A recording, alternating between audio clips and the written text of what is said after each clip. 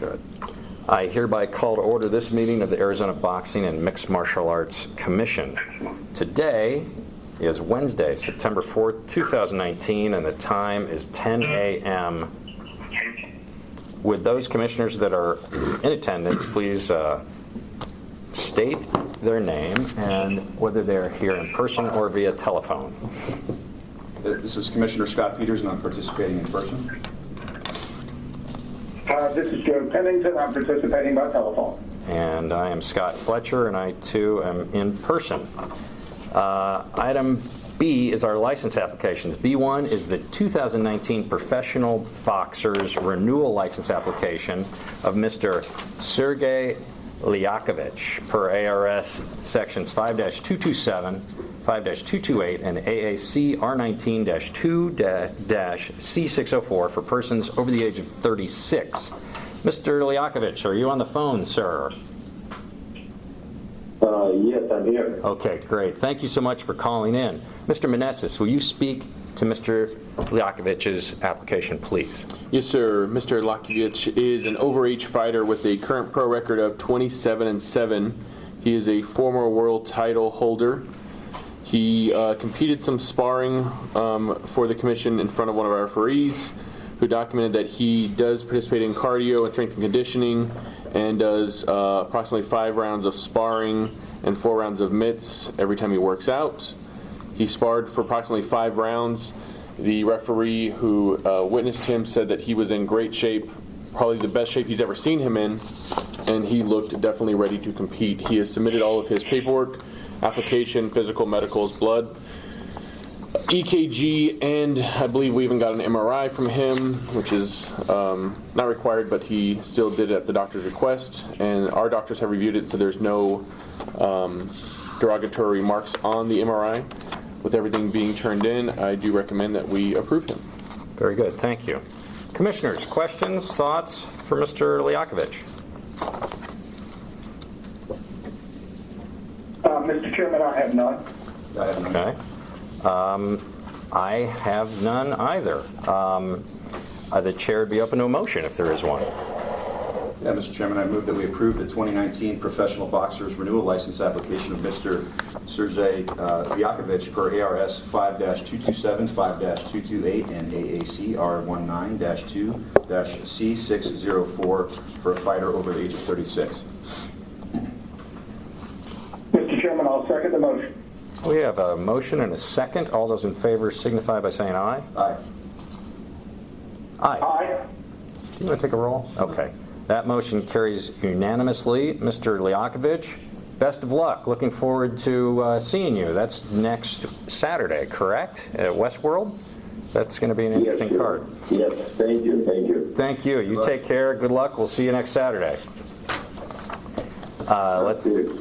We'll press on to B2. The 2019 Professional Boxers New License Application of Mr. Damian Wills per ARS Sections 5-227, 5-228, and AAC R19-2-C604 for persons over the age of 36. Mr. Wills, are you still with us on the phone?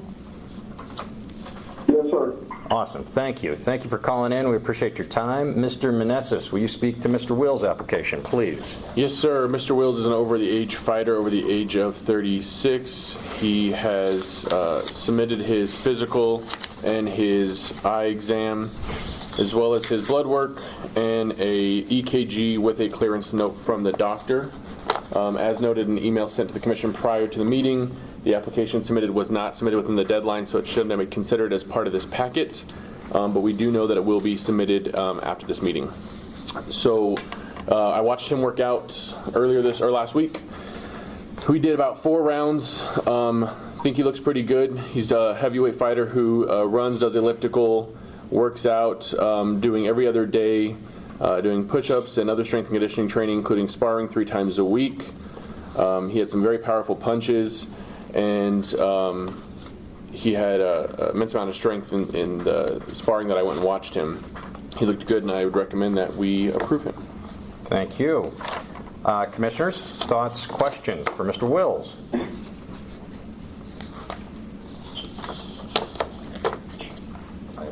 Mr. Chairman, I have none. I, too, have none. We are moving right along. The chair would be open to a motion if there is one. Yeah, Mr. Chairman, I move that we approve the 2019 professional boxer's new license application of Mr. Damian Wills per ARS 5-227, 5-228, and AAC R19-2-C604 for a fighter over the age of 36. We have a motion. Mr. Chairman, I'll second that motion. I'll second that motion. We have a motion and a second. All those in favor signify by saying aye. Aye. Aye. Aye. Motion carries unanimously. Mr. Wills, best of luck to you. You too are on that card next Saturday. Look forward to seeing you next Saturday. Thank you very much. Thank you. Thanks for your time. Thank you very much, Commissioner. Take care now. Okay, bye-bye. Item B3 is the 2019 Amateur MMA Contestants New License Application of Mr. Brendan Webb per ARS Sections 5-227, 5-228, and AAC R19-2-C604 for persons over the age of 36. Mr. Webb is here in person. We appreciate you coming down. Thank you. Thank you. Mr. Manessas, will you speak to Mr. Webb's application, please? Yes, sir. Mr. Webb is an over-the-age fighter who has submitted all of his required paperwork, including application, physical, eye exam, blood work, and EKG with a clearance letter. I haven't had a chance to talk to him to find out his workout regimen, so we could potentially ask him to inform us now of his workout regimen, including any cardio, sparring, strength and conditioning training that you do, and how often. Sure, I do strength and conditioning in the morning at the gym on Monday, Wednesday, Friday. And then, so Monday and Wednesdays in the evening after work, I do grappling, which is full rowing, full sparring at the end of instructions. And then Tuesday, Thursday, I do MMA for an hour. This is all at Spartan Nation, who I train with, or train out of, Spartan Nation Combatives. And MMA for an hour on Tuesday, Thursday, and then an hour of kickboxing or Muay Thai, which includes sparring and full contact sparring. How could you do that? Oh, that's Tuesday, Thursday. That's MMA still Tuesday, first, Thursday? And Okay. then, yeah, and then the kickboxing for an hour after that. Cool. So, and then Saturdays, I usually do my own fitness that I explain in the morning on Fridays, but then I don't do anything with the gym on Fridays, and then Saturday morning from 10 to 12, we always have open mat, which includes some rigorous Shark Tank, we call it a lot of times, which we did on Monday because of the holiday, and usually every Saturday. So. Cool. So yeah, it sounds like he's in shape and working out and competing regularly, ready to compete. You don't have a card coming up, right? Yeah. The next one with Iron Boy at least is November 16th. Okay. I do have one. I don't know if I needed sanctioned or license for it, but our gym's planning on going down to Mexico. I didn't know if that Arizona license carried over or needed to or whatever, but I'm planning on doing that. It's a tournament, an MMA tournament, along with grappling and all that, but I'm doing the MMA part of it in Rocky Point, Puerto Penasco. So, and then plan on being on the card for November 16th. Nice. We can talk about the Mexico fight as soon as we're done with the commission meeting. We'll chat about it real quick. Okay. Everything else is turned in. I recommend that we move forward and approve. Thank you. Commissioners, questions, thoughts for Mr. Webb? Mr. Chairman, I just want to commend Mr. Webb for his training regimen. It sounds quite extensive for an amateur MMA contestant, and I really appreciate the effort that he's putting in. I'd like to know your goals.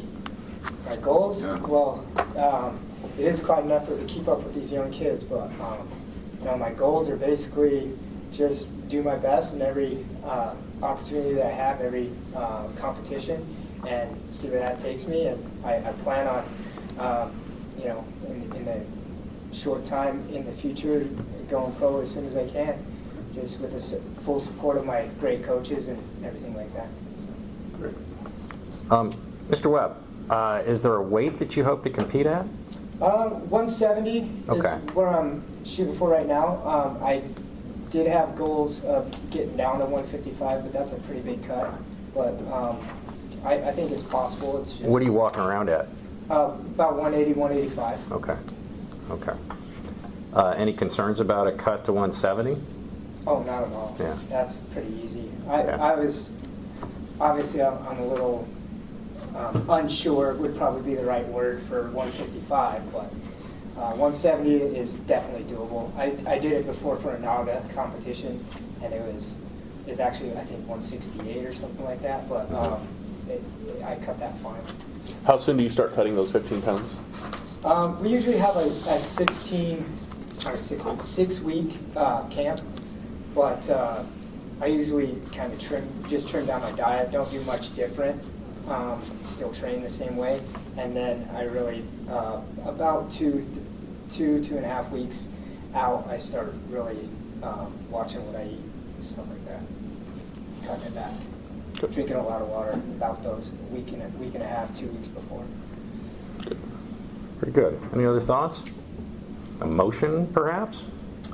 Yeah, Mr. Chairman, I move that we approve the 2019 Amateur MMA Contestants New License Application of Mr. Brandon Webb for ARS 5-227, 5-228, and AAC R19-2-C604 for a fighter who's over the age of 36. Mr. Chairman, I'll second the motion. We have a motion and a second. All those in favor signify by saying aye. Aye. Aye. Aye.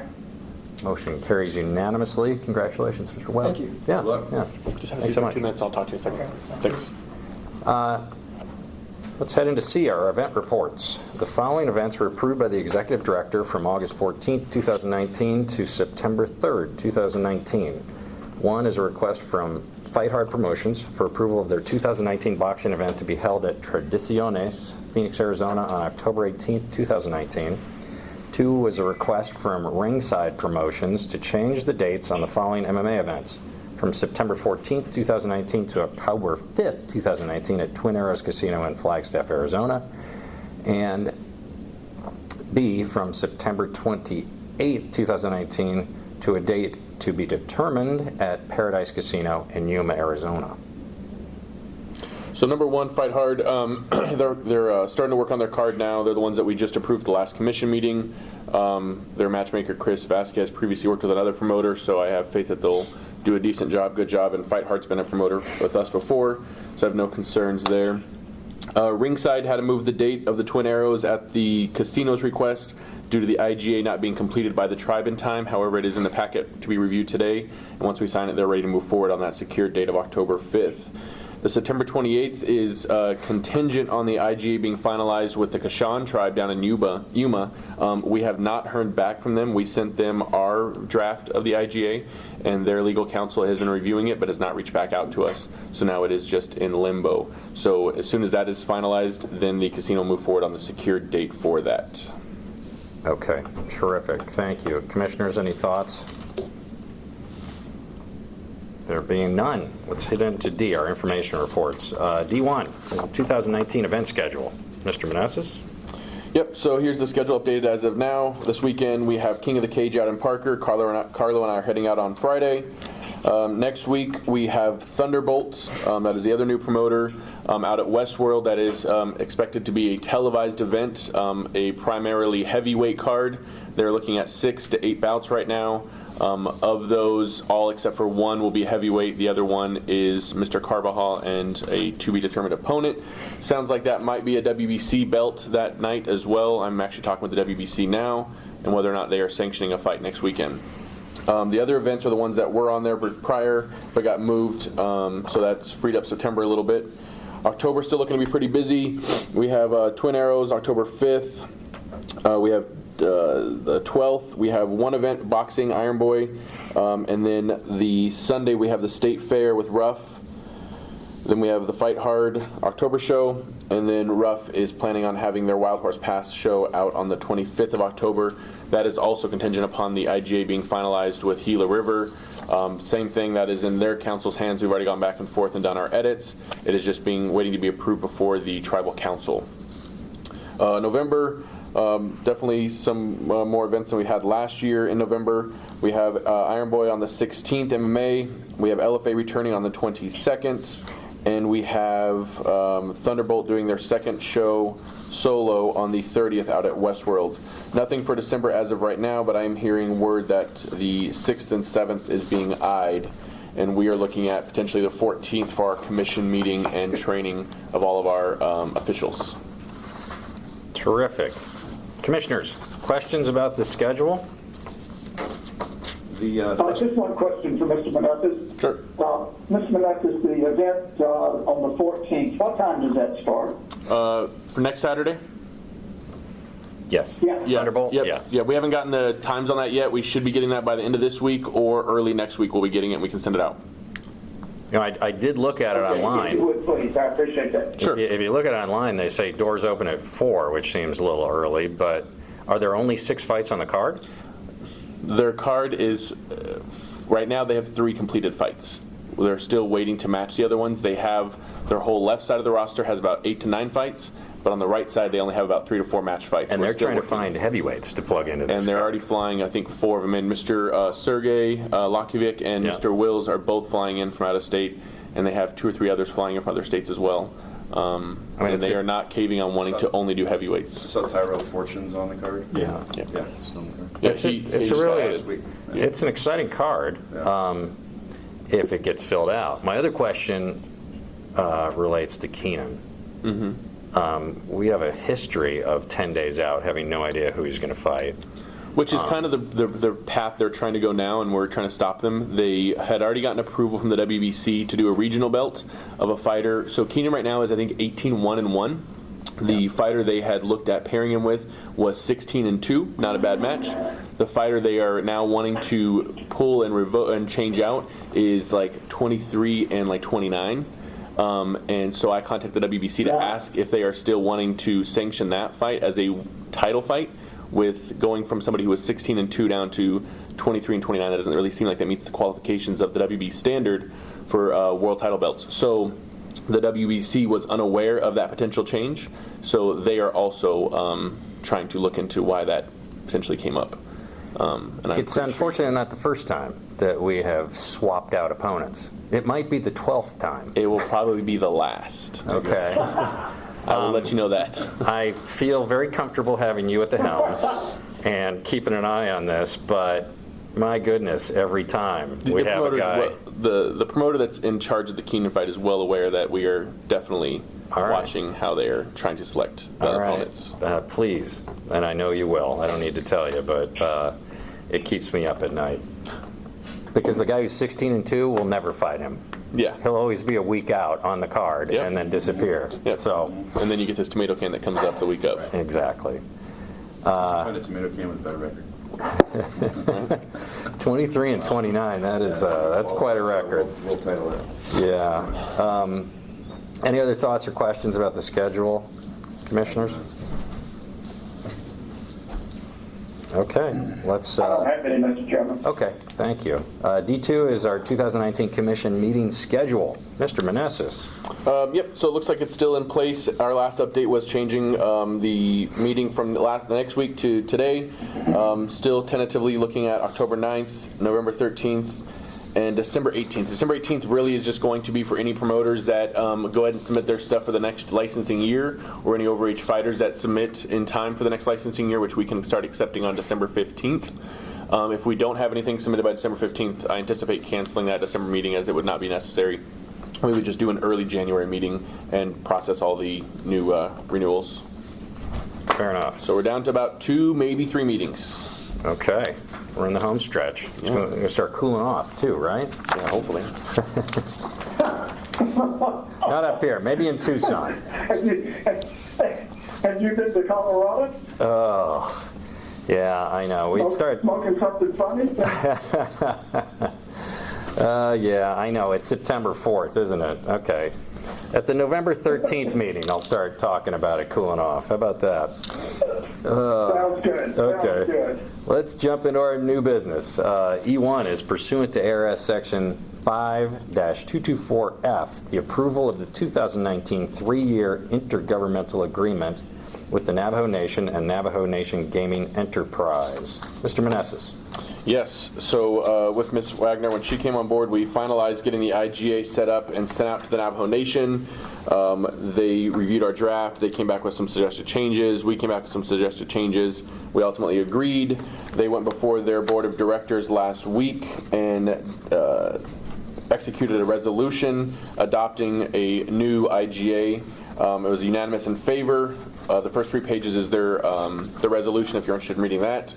After the 3 pages is our IGA. This is the standard IGA contract that we've had in the past, just kind of probably update a little bit on the wording and obviously to the author's liking. And so it only thing that's been changed is just the 3 years is where we're going, which is what they did previously. So this will be a 3-year effective from the time we sign this, which will be now. Unless you guys have any questions, I'm ready to sign it. Thank you. Thank you for your efforts, all of you. This is such that we can put on events at Twin Arrows, correct? Correct. And that's Yeah. the only place right now that the Navajo Nation puts on events. Yes. Commissioners, thoughts, questions?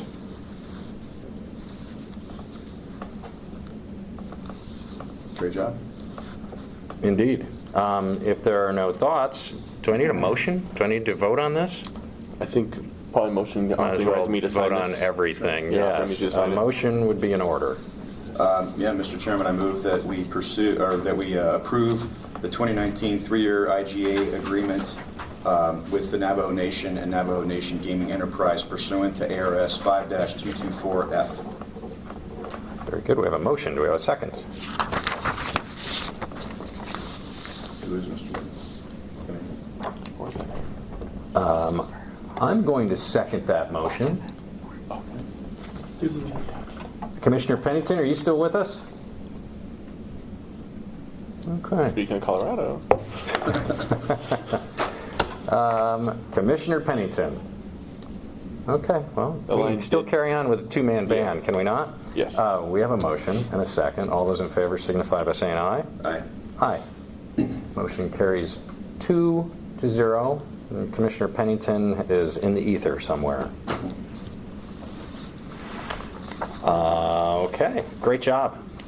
Great job. I really appreciate all your efforts on this. This is incredibly critical to what we do, are these IGAs. When do you think we sort out Yuma? We're waiting to hear from them. We're waiting to hear from them. Okay. Their attorneys are a little delayed in responding. It's very sporadic. Literally almost every other week I get a very short response. So we're also working through their outside counsel. So their tribe board, they have the tribal council, and then they have outside counsel. So we're working with both their sets of attorneys, and so working on all their schedules to try to talk about this is taking a little bit of time. But Yeah. they are really excited and really wanting to get this event off the ground, and we do have the support of the GM of the casino, so that is hopefully helping push to get this signed. Even if we just do it for a year and do a couple events to show them, then we can decide to renew from there. They know the number of other tribal entities we work with, right? Mm-hmm. Okay. Because Sean likes to really be, like to have their sovereignty and keep independent, I think. get that. And so they're a little concerned, is also maybe a little hesitant. So we're just working through some of those Good. concerns and challenges, and then hopefully moving forward. Stay the course. Yeah. Great. Thank you. Commissioner Pennington, are you with us?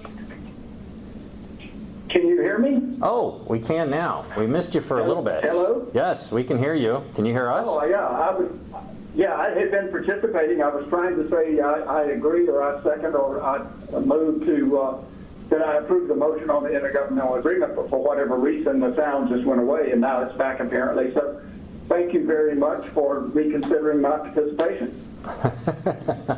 Would you like to cast a vote, or I guess that's all? Yeah, that's done. No, I think it's done.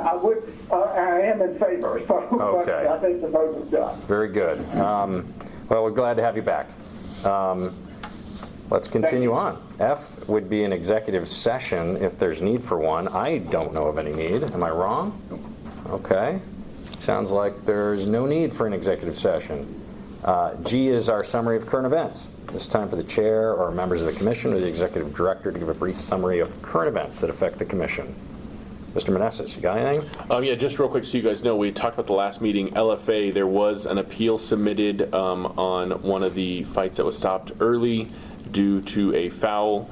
We did a thorough review of that, looking at the video submitted by the promoter, as well as talking to the referee and watching it with him and looking at different angles. Ultimately, it was decided that the appeal did not fit within the scope of the rules, does not allow for an appeal. However, as a courtesy, we still completed a thorough review. In looking at it, did not determine that even if the appeal was allowed, that we would actually overturn that decision. The referee erred on the side of caution and made a call that was within his scope of authority to determine that was an intentional foul and to disqualify the competitor. So we went ahead and made a note to the promoter advising them of the decision, as well as going ahead and ordering that they release the win purse to the winner of the bout. And no other complaints from that. Everybody was fine. Good job. That's from the strikes to the back of the head? Yeah. Yeah, and that was Yeah, so going the on for a video while. showed in the first round he was warned, and then he was warned twice in the third round. You can hear the commentator say, oh, he's striking the back of the neck about 30 seconds before the next strike came that the referee stopped, which was the final blow that stopped the fight, and the fighter went to the hospital. The fighter is, to my understanding, okay. He's recovered. It was a pinched nerve, but nonetheless it was still a foul, and the referee deemed it to be intentional because of the repeated violation after the warnings were already given. He determined it to be an intentional foul. Great. Yeah, nicely done. I didn't sense he had much of a case after being warned so many times. Right. You just kind of give up your rights at that point, don't you? Yeah. Great. What else? Let's talk about Impact.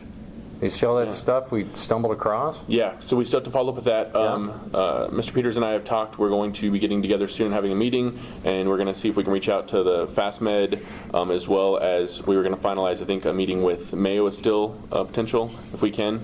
But I think, honestly, the FastMed that you found or met with seems like probably the best option right now, and the most affordable economical option, is with many locations they have.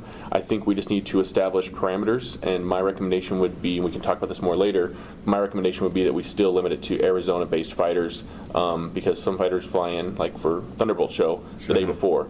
And if we're keeping a baseline, we want to know the fighters are fighting here regularly, so we have it. So every home state should be responsible for doing their own home baseline testing. We shouldn't be having it for every fighter. All right.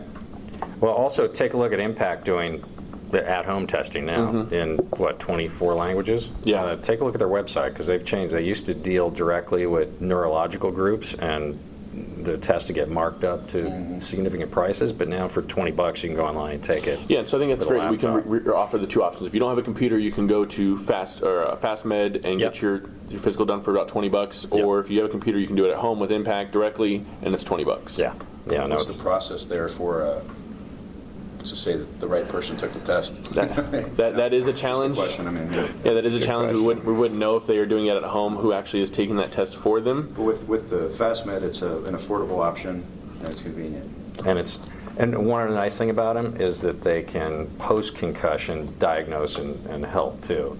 They don't just do the impact test. That if you are concussed, you can go back in there and get help. If it's severe, they'll send you off to Banner. Yeah. They'll push it up the And they're linked ladder. with Banner, I think, is what They do are. too. They yeah. are. So it's a perfect situation, I think, for us. Yeah. That they're friends with Banner and they push the most severe people to Banner, but they can. They said 90% of those concussed they can handle and help right there. So it's a nice situation. Yeah, and the ABC's push this year was, to either, if we're not going to do impact testing, we should definitely be having 2 medical personnel at the fights, even if it's a physical therapist or somebody like Mr. Bryce Nalpa, who handles concussions for Banner. Yeah. Somebody additionally that can be helping watch the fighter, especially in the back and post-bout, was the big push this year from the ABC. They didn't push too heavily on doing concussion baseline testing. They're leaving that up to individual commissions. Everyone do what's best for you, but they definitely recommend that doctors should not be the single primary medical source there besides the paramedics. It should be one other person assisting the doctor. especially when situations. But it doesn't have to be a physician, it could be... No, they actually recommend that it's, because of cost, they actually recommend a whole different battery of people. They recommend physician assistants, nurse practitioner. They have a whole list of different people they recommended, all the way down to even a physical therapist or a physical athletic trainer. Yeah. All the way down to that, because it's somebody that has some kind of medical training that can look for concussions, that can be watching fighters. Sure. In our last Iron Boy event, we did have a fighter that definitely had a concussion. He was in the back throwing up. He was seeing stars. He was very dizzy. So the doctor was trying to, between bouts, go back and check on him, come back. So in these kind of instances, we could have somebody that we could do for a small bill to the promoter to have one extra person there that can be watching the fighters and monitoring in the back post sport. Makes perfect sense. Commissioner Pennington, checking on you. You still with us? I'm still with you, sir, yes. Okay, good. Any thoughts or questions about baseline testing? No, I just think it is very important, and I really appreciate Commissioner Peters and Mr. Menezes and your efforts in trying to find the source for us to get this done. Very good. We're heading in the right direction. Just one more comment on on the Mayo Clinic. I mean, I haven't heard. I mean, we've been trying to set an appointment with them for a while, so we'll see how they give it one more try.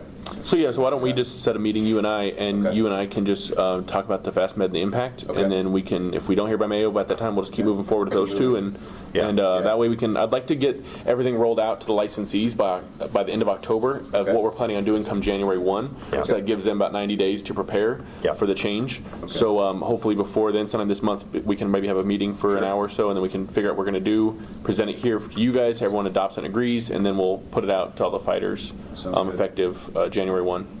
I'd recommend a sit down with the director of sports medicine at FastMed. I gave you that doctor's name. It escapes me right now, but good guy, wants to help.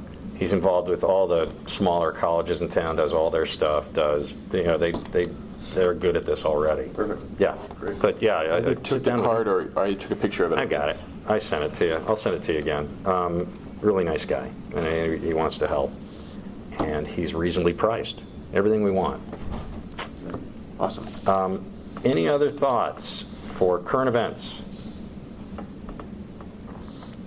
There being none, I go to H, which is a redundant section called Call to the Commission. Commissioners, questions, comments you'd like to make? I have none. Okay, it seems like after current events. Yes, Commissioner Pennington. No, I'm fine. Okay. I think I'm fine, in the thank new you. format, they've come up with, I think these two are combined. There's a Seems new like- format that we're just waiting to be finalized. Seems like they're somewhat redundant. Huh? Oh, well, we haven't gotten it. Consolidated. Commissioner Pennington, there's talk of G and H being consolidated, but that could take years. Exactly. There are thousands of attorneys involved.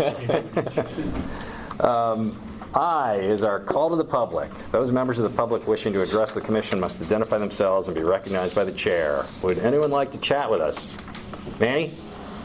Come on. We have a pretty thin crowd today, Commissioner Pennington, and neither one of them wants to talk with us anymore. So we are going to charge into Jay the announcement that the next regularly scheduled commission meeting will be at 10 a.m. on Wednesday, October 9th, 2019, which leads us towards the specter of a possible adjournment. I move that we adjourn. Hey, we have a motion. We have a second? Chairman, I second it. All right, we have a motion and a second. All those in favor signify by saying aye. Aye. Aye. Aye. Motion carries unanimously. We are adjourned. Time is 9:34. The time